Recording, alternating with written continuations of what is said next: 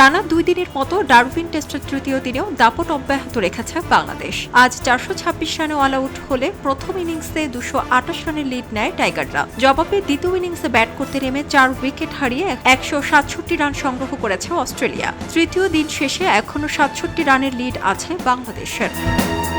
দ্বিতীয় ইনিংসে ব্যাট করতে নেমে প্রথম ইনিংসের মতো শুরুতেই ধাক্কা খায় অস্ট্রেলিয়া। দলীয় 37 রানের মধ্যে 2 ওপেনারকে ফিরিয়ে দেন প্রথম ইনিংসে দুর্দান্ত বোলিং করা হাসান মাহমুদ। ট্রাভিস হেডকে 17 এবং জ্যাক ওয়েদারল্যান্ডকে 0 রানে সাজঘরে ফিরিয়ে অস্ট্রেলিয়াকে চাপে ফেলেন এই পেসার। এরপর মার্নার্স লেবোসানেকে সঙ্গে নিয়ে শুরুর ধাক্কা সামাল দেওয়ার চেষ্টা করেন স্টিভেন স্মিথ। তবে দলীয় 73 রানে 59 বলে 30 রান করা লেবোসানকে সাজঘরে পাঠান তাইজুল ইসলাম।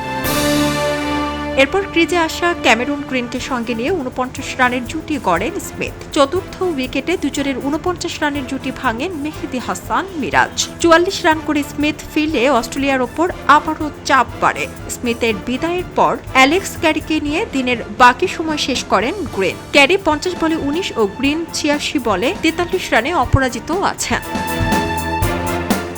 এর আগে টাইগার পেসারদের তোপে নিজেদের প্রথম ইনিংসে 198 রানে অল আউট হয় অস্ট্রেলিয়া। জবাবে তানজিদ হাসান তামিমের সেঞ্চুরিতে 426 রান সংগ্রহ করে বাংলাদেশ। এতে প্রথম ইনিংসে 228 রানের লিড পায় টাইগাররা।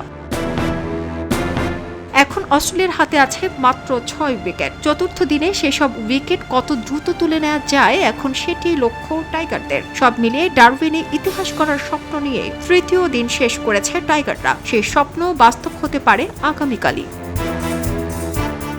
খবরের কাগজ, নিখাত, নির্ভীক, নিরপেক্ষ।